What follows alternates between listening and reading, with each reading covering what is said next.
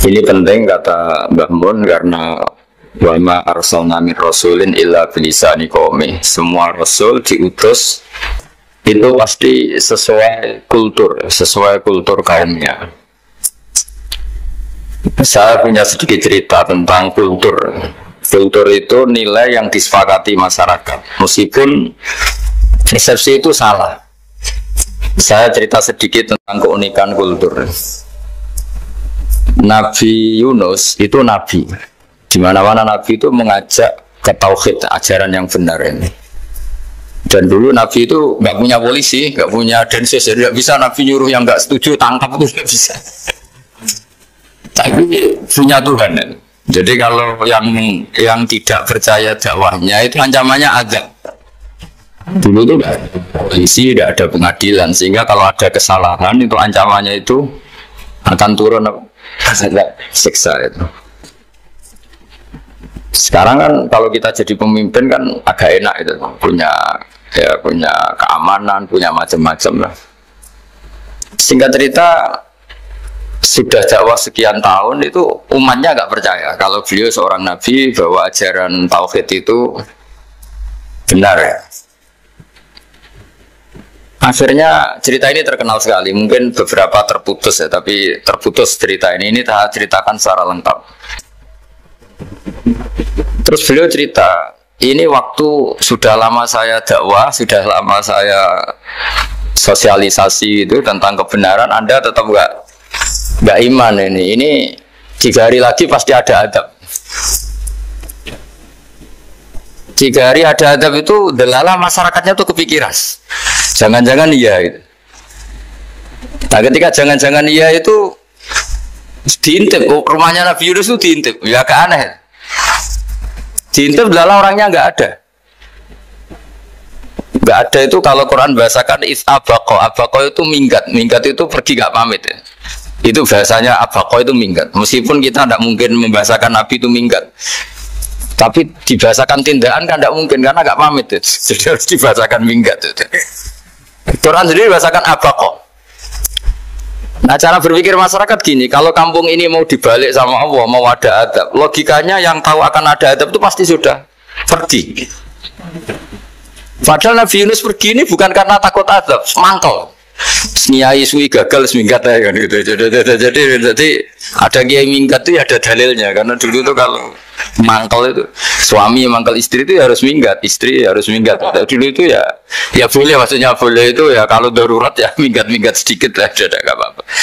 Nah, Nabi Yunus itu minggat tadi abaqo itu kalau dalam bahasa Arab pergi nggak pamit ya. Kalau orang Jawa bilang minggat. Kalau itu sebenarnya saking mangkelnya, saking emosinya, beliau akhirnya meninggalkan kaumnya tanpa pamit. Tapi kaumnya itu menjadi tahu bahwa ini serius Yunus. Buktinya dia agak berani di kampung, berarti mau ada adab betul itu. Dan efek positif dari teori itu, teori kultur tadi. Kalau ada adab pasti dia pertama yang lari. Kayak dukun itu. Kenapa kita tidak percaya dukun nomor itu? Itu kan paling yang minta nomor dulu ada SDSB itu.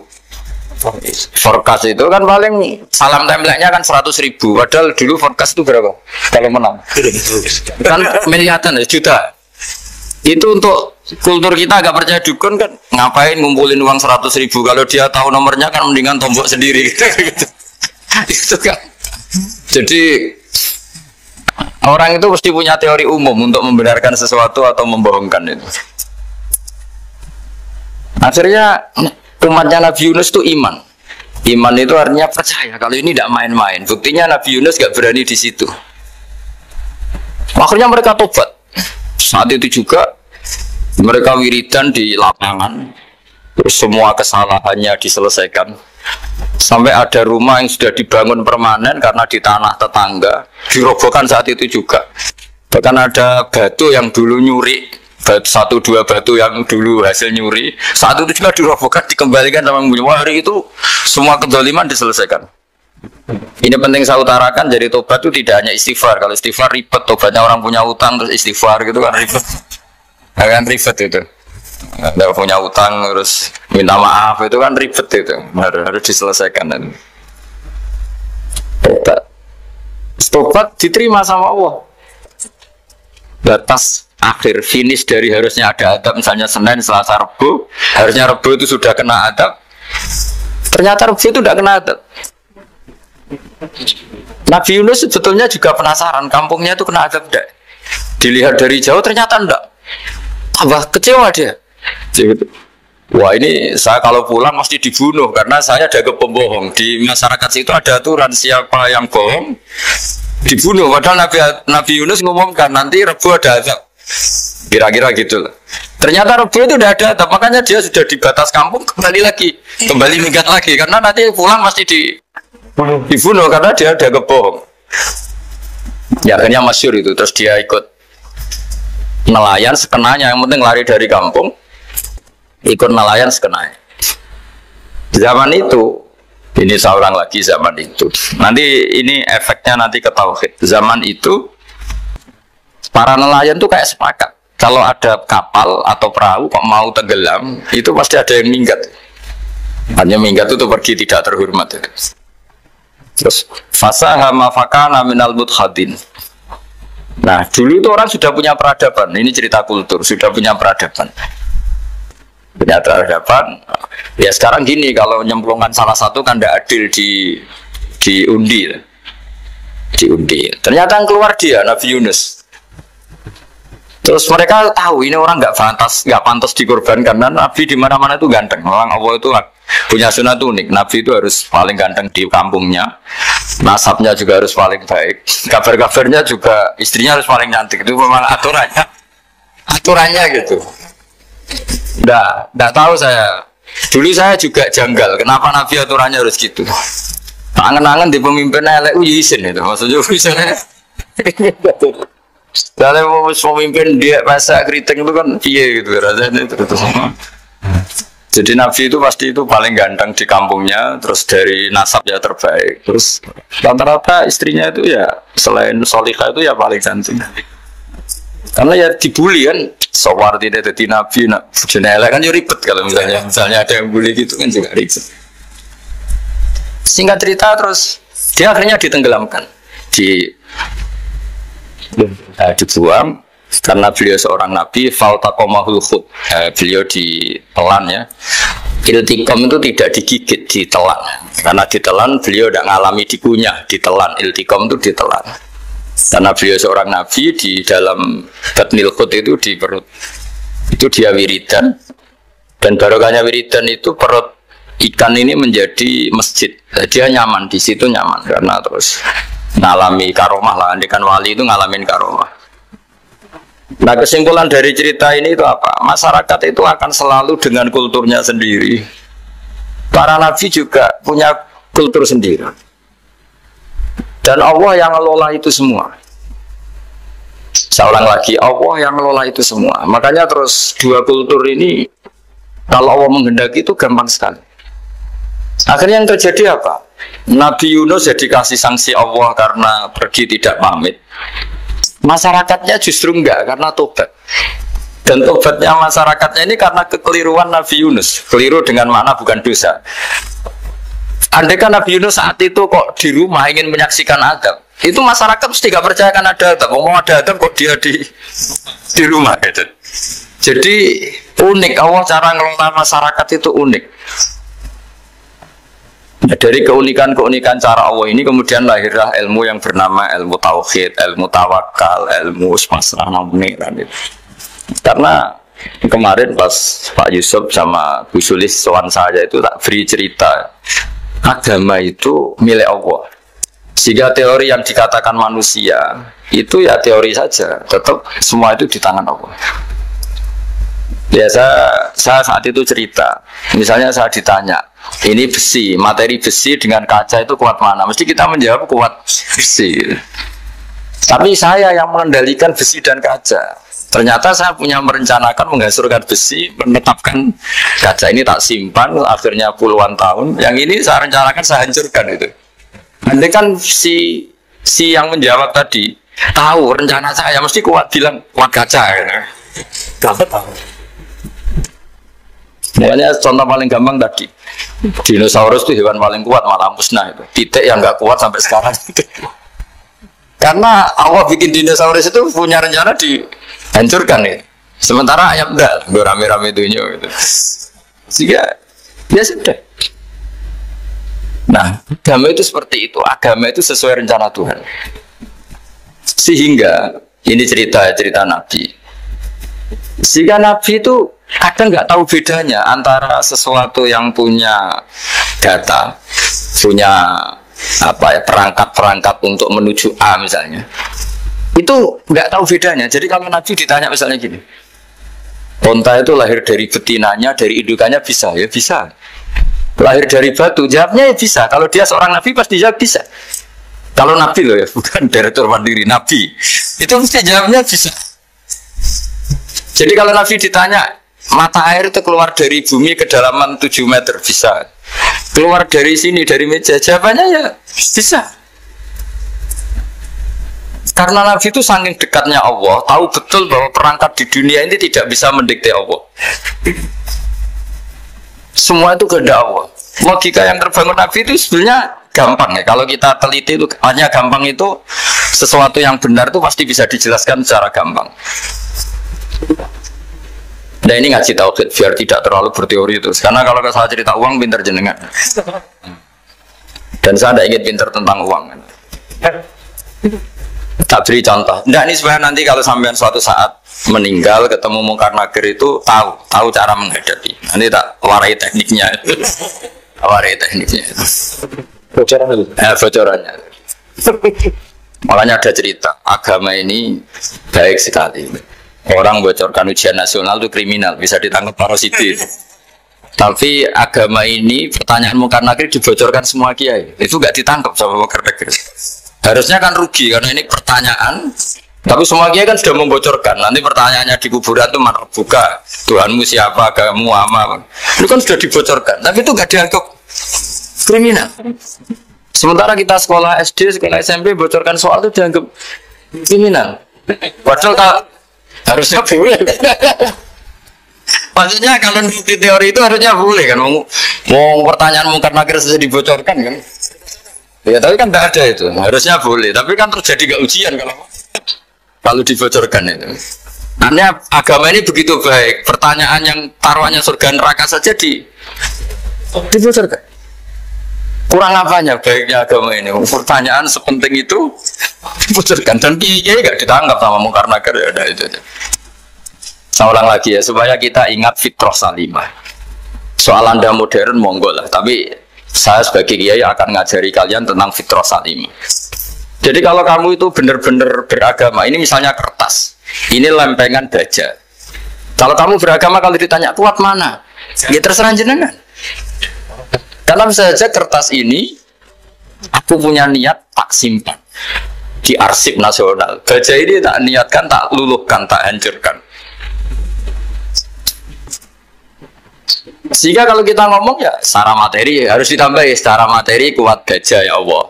Tapi secara substansi jenengan ya terserah jenengan monggo. Di sini yang mulai orang lupa itu karena selalu menjawab pasti kuat gajah. Kata pasti ini yang akhirnya orang menghilangkan teori berdasar logika sih. Berdasar logika. Nah akhirnya para nabi, para wali itu ditanya. Saya punya kitab karangannya Abdul Hamid, orang alim. Kitab itu dulu saya ngaji lama sekali, sampai sekarang saya pelajarin. Manusia itu dijebak hukum adat, padahal adat itu ya tidak terlibat. Misalnya kalau ada telur jadi ayam normal gitu. Ya tadi indukan onta melahirkan onta normal itu, indukan sapi melahirkan sapi normal. Tapi kalau para nabi itu bilang ya nggak normal. Nggak normal artinya tetap ada kekuatan Tuhan. Indukan onta tahu apa tentang onta? Dia punya kekuatan apa? Bisa melahirkan onta, bisa menciptakan onta di perutnya, bisa ada jantungnya, ada paru-parunya, ada ususnya. Dia bisa apa? Di situ ada tangan Tuhan. Ya. Karena para nabi cara berpikir gitu melihat tembok ya sama. Tembok sama indukan onta itu sama-sama mungkin mengeluarkan onta. Sehingga ketika Nabi Soleh ditanya, bukti apa kekuasaan Tuhanmu? Apa bisa mengeluarkan onta dari batu besar ini? Siapa Nabi Soleh ya bisa, sudah bisa. Dan mukjizatnya Nabi Soleh masyhur itu keluarlah unta dari batu. Karena secara teori ya tadi coba unta indukan itu apa seorang profesor, apa seorang ilmuwan sehingga bisa menciptakan anaknya ya. Apa dia terlibat dalam menciptakan jantungnya, paru-parunya, ususnya kan enggak juga. Telur bisa apa coba? Yang gobloknya bukan main telur itu kan. Tapi bisa mengeluarkan ayam, dia bisa apa? Nah, para nabi, para wali itu tahu semuanya itu kekuasaannya. Nah, kalau karena kekuasaan, bedanya apa dengan tembok? Makanya Nabi Muhammad ketika di padang pasir, semua sahabat bingung, nggak ada air, ya Nabi santai aja. Ini gimana Nabi nggak ada air, nanti orang mati kehausan. Nabi ya santai aja. Kamu ingin air katanya, iya. Nabi nunjuk apa itu ya sudah terus ada air. Ada yang keluar dari jemarinya, ada karena Nabi itu nggak tahu bedanya antara ini mungkin dan tidak mungkin juga. Tahunya itu ya semuanya itu Allah. Kalau kamu kan enggak, wah daerah gini nggak mungkin ada air. Ini kan padang pasir. Air itu biasanya di daerah hutan gini malah berteori macam-macam. Seakan-akan tidak ada Tuhan. Jadi kalau orang nggak bakat wali pasti berpikirnya gitu. Makanya nggak wali-wali, dia memang nggak bakat karena itu kan artinya menafikan kekuasaannya Allah kan. Seakan-akan Allah tidak mampu bikin air di situ. Tapi kalau Nabi santai aja. Makanya Nabi Ibrahim ketika mau dibakar ya santai aja. Menurut beliau api bisa apa? Jadi itu meskipun hukum adat itu ya selalu berjalan ya. Normalnya api yang membakar di padang pasir, normalnya ya nggak ada air, normalnya batu ya nggak mengeluarkan onta. Tapi kamu jangan terjebak oleh keseharian yang Anda lihat. Tetap di balik itu ada kekuasaannya Allah Subhanahu wa Ta'ala. Nah ini yang namanya iman. Dengan iman seperti itu nanti ketika kita mati itu ya santai saja. Ketika kita hidup ya tidak tahu oksigen itu apa masuk ke tubuh kita sistemnya kayak apa, jantung kita ada ikut bikin, paru-paru kita. Artinya zaman kita hidup pun sebenarnya kita tidak bisa ngelola kehidupan itu tidak bisa. Nah kalau sama nggak bisa nanti setelah mati juga ada tidak bisa. Ya sudah ketika kita hidup yang ngelola juga Allah, ketika mati juga yang ngelola. Bedanya apa? Nah ini di sini terus kita dilatih inna sholati wa nusuki wa mahyaya wa mamati lillahi rabbil alamin.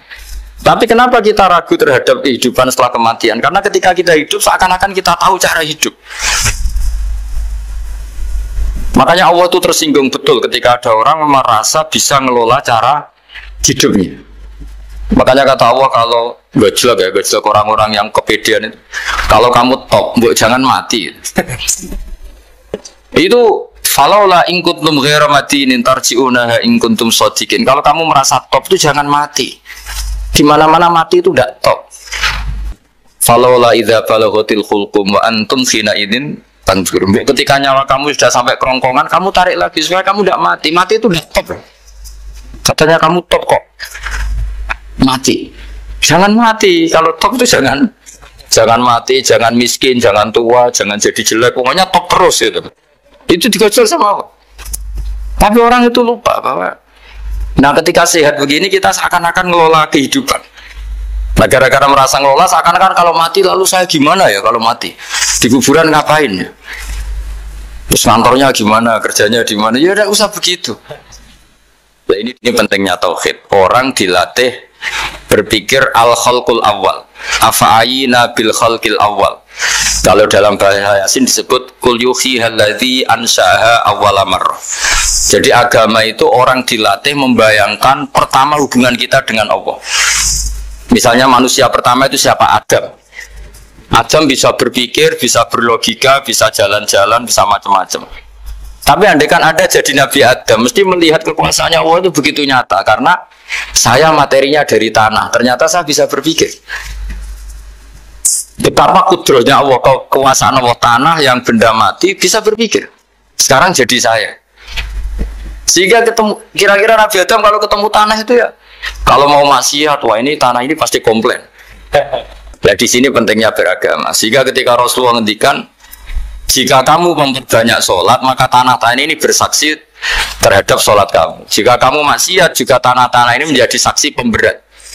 Itu kamu tidak jaga sama sekali, karena manusia pertama yang bernama Adam yang bisa berpikir itu materinya dari.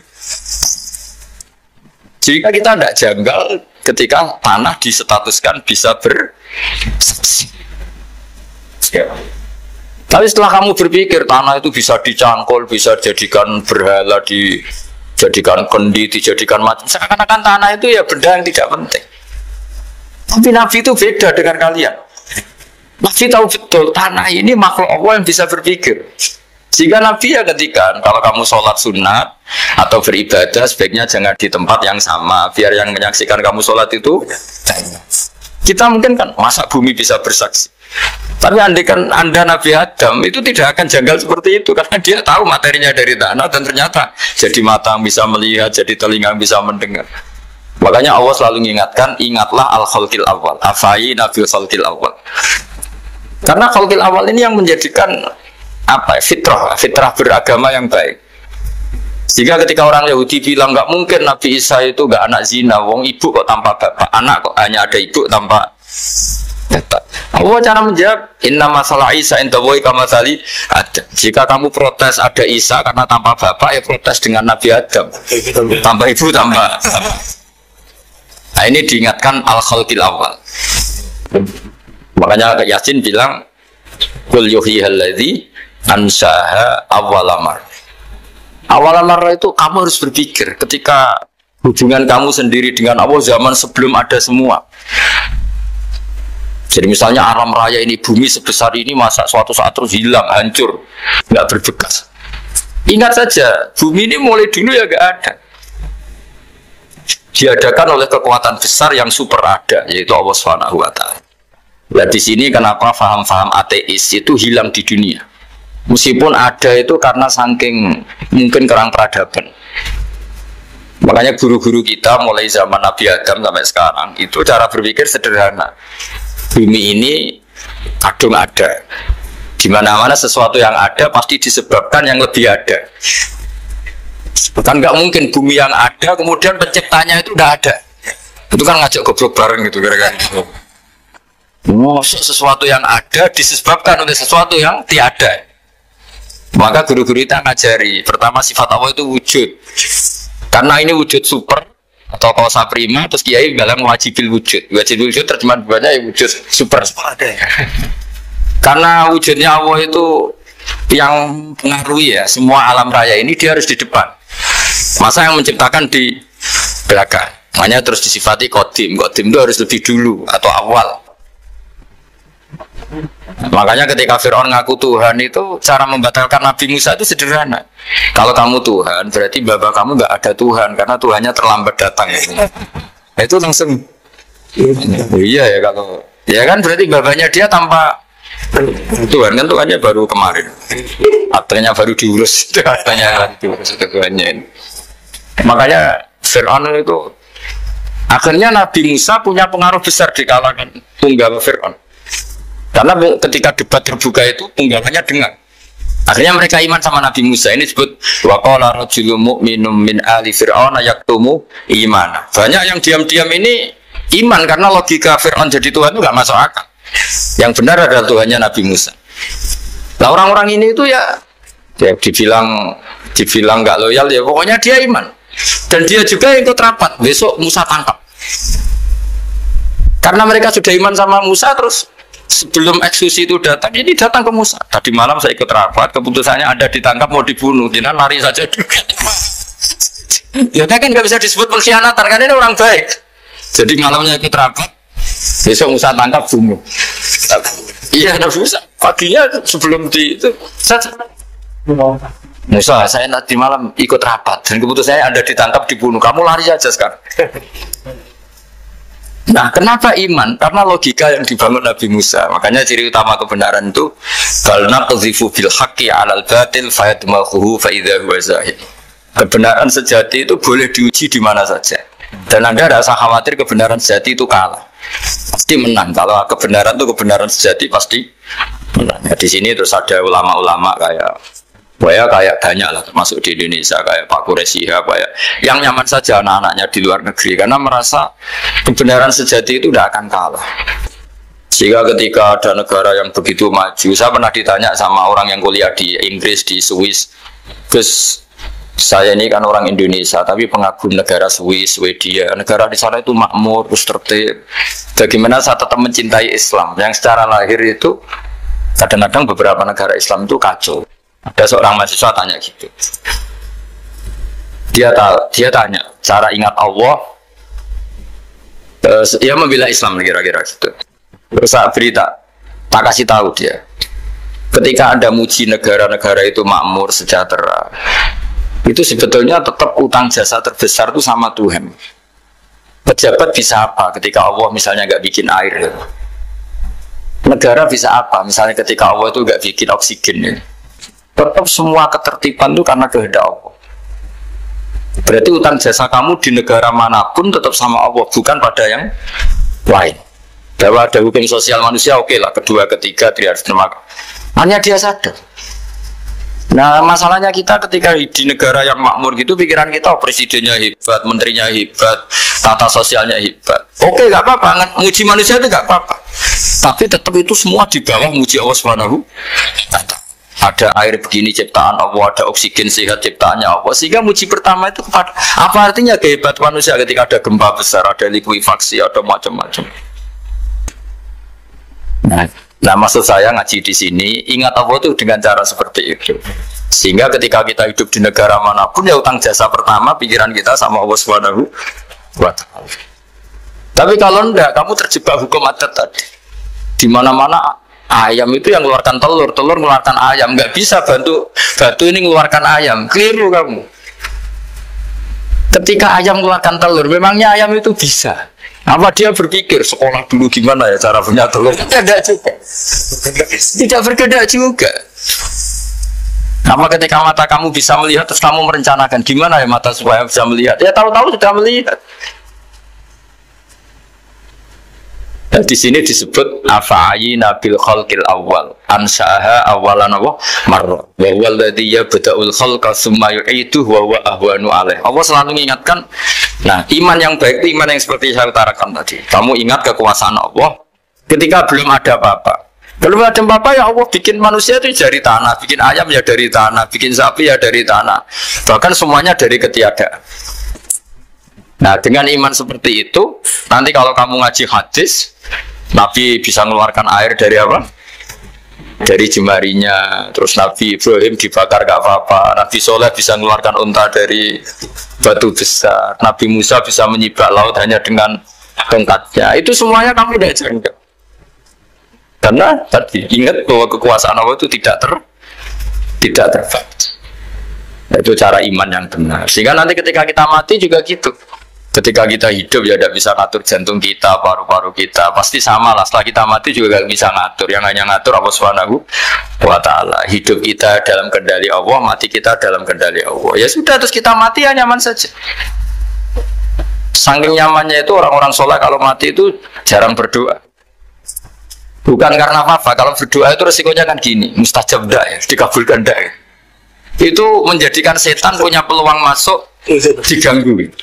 Makanya ajarannya Nabi, mangkana akhiru kalami la ilaha illallah fi riwayatin Allah dakhalal jannah. Jadi kalau mau mati bersaksi saja, sudah ini enggak saatnya berdoa, saatnya bersaksi. Makanya hanya disuruh bilang Allah, Allah, Allah.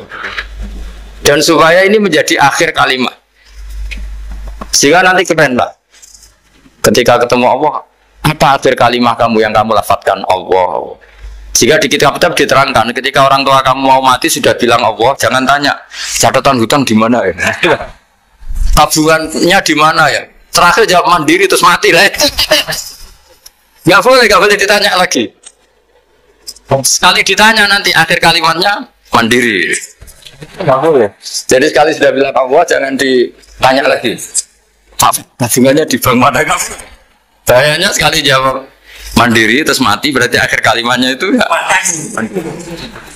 Makanya harus akhir. Yang nanti statusnya itu mangkana akhiru kalami, memang akhir dari yang dikatakan itu kata Allah. Nah, sebetulnya teks hadis itu la ilaha illallah. Ini pinternya Kiai Jawa. Lagi-lagi kembali ke kultur. Kiai Jawa itu kiai yang bisa modifikasi kultur. Sebetulnya kalimat hadis itu yang masyhur, itu yang populer itu la ilaha illallah. Tapi Kiai Jawa itu, dan itu ngikuti kitab-kitab Arab juga, kitab-kitab. La ilaha illallah itu resikonya tinggi karena di situ kan tiada Tuhan yang berhak disembah kecuali Allah. Ada kata la ilaha. Nah takutnya pas la ilaha sudah mati. Nah karena itu ada resiko la ilaha gak khatam, berarti tiada Tuhan. Nah sehingga karena ini dianggap riskan, ya terus Kiai Jawa ngajari sudah lah, gak usah kepanjangan ya sudah Allah. Jadi itu sudah agak-agak rekayasa lah, agak-agak istihad itu. Maksudnya itu sebenarnya teks panduannya itu lain-lain kok. Teks panduannya. Tapi kiai-kiai itu tentu yang paling tahu tentang kehendak Nabi karena nekuni ilmu itu lama sekali. Kita ngikuti cara-cara ditentukan para kiai. Karena tadi la ilaha illallah itu kan ada kalimat yang tadi ya tiada Tuhan. Nah, kata tiada Tuhan ini yang dianggap riskan kalau nggak khatam. Daripada potensi itu terus kiai-kiai ya agak-agak improvisasi lah itu memang ya sudahlah Allah. Nah, supaya itu menjadi akhir kalimat, ya saya ulang lagi menjadi apa? Akhir kalimat. Setelah itu kata kitab-kitab jangan tanya hal lain. Ya sekali ditanya nanti dia akan melafatkan hal lain itu. Ya tadi misalnya tabungannya di mana? Sini. Nah, yang ribet kalau wong kuno itu neng laci, neng sorogan. Berarti kalimat terakhirnya ya laci sorogan ya. Sehingga terus itu pinternya guru-guru kita. Jadi saya ulang lagi ini yang terakhir saya pesen, latihlah iman seperti imannya para ulama, para aulia, syukur-syukur yang dekati imannya para nabi. Itu cara berpikir tuh al-khalqul awal. Afa'ayina bil khalqil awal. Qul yuhyihal ladzi anshaha. Yang terakhir saya pernah ditanya, ya agak gojekan, agak guyon, tapi saya ditanya. Saya itu nggak bisa melihat, aneh orang Afrika itu. Kan misalnya ada Miss Afrika itu, di sana itu orang paling cantik. Malah kadang itu ada kriminal gitu, karena orang Afrika merkosa Miss Afrika. Itu kata orang Indonesia, kayak no aku radoyan gitu. Itu kan, itu. Nah ini kan secara syariat, mungkin lelaki itu punya rasa dengan perempuan itu ya kalau berpakaian serono atau gimana, secara teori. Tapi sebetulnya oke itu benar. Tapi sebetulnya ada ansaha awala. Orang Indonesia itu didesain gak suka orang Afrika. Orang Afrika ya didesain gak suka orang Indonesia. Sehingga orang-orang Afrika kalau melihat orang Indonesia yang paling cantik mungkin ya iskal. Wong cempeh kayak gampang gitu kok cantik. Mungkin perasaannya cowok-cowok Afrika aja. Itu cantiknya di mana? Orang Indonesia kebalik kan? Kalau cowok-cowok Indonesia lihat Miss Afrika, cantiknya itu nanti gitu. Sampai ada pemerkosaan tuh apa itu? Nah itu menunjukkan Allah yang Maha Kuasa. Allah itu mendesain gennya orang sana. Beda dengan kita. Ya itu bukti bahwa Allah itu nggak bisa. Ya sudah semuanya itu Allah yang mendesain.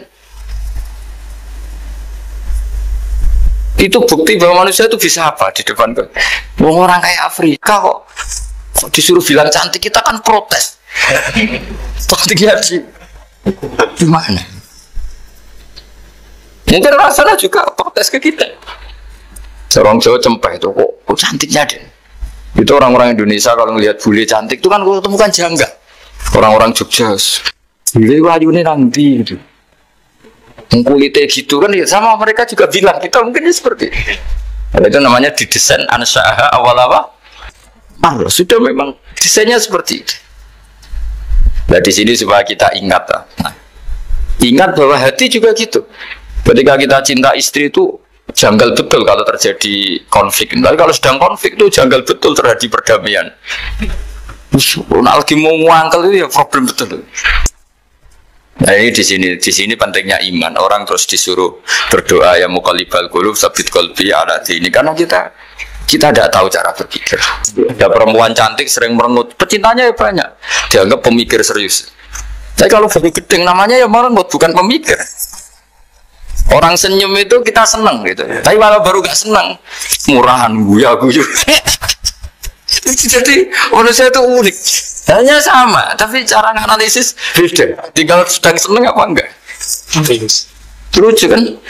Ada orang anteng di rumah itu kalau lagi seneng ya, oh itu anteng nggak banyak ngeluyur. Tapi baru nggak seneng, seneng ngomong ya mau nganggur. Nah, itu kita tidak pernah tahu. Kita simpulkan apa itu tidak pernah. Makanya wisata, pernah ada orang wisata datang ke sini tak nasihatin. Orang wisata itu kan senang di kampung-kampung yang terbelakang gitu, melihat orang manusia pohon, melihat apa. Ada saya bilang, ya itu kan kasihan kan, masa manusia jadi objek.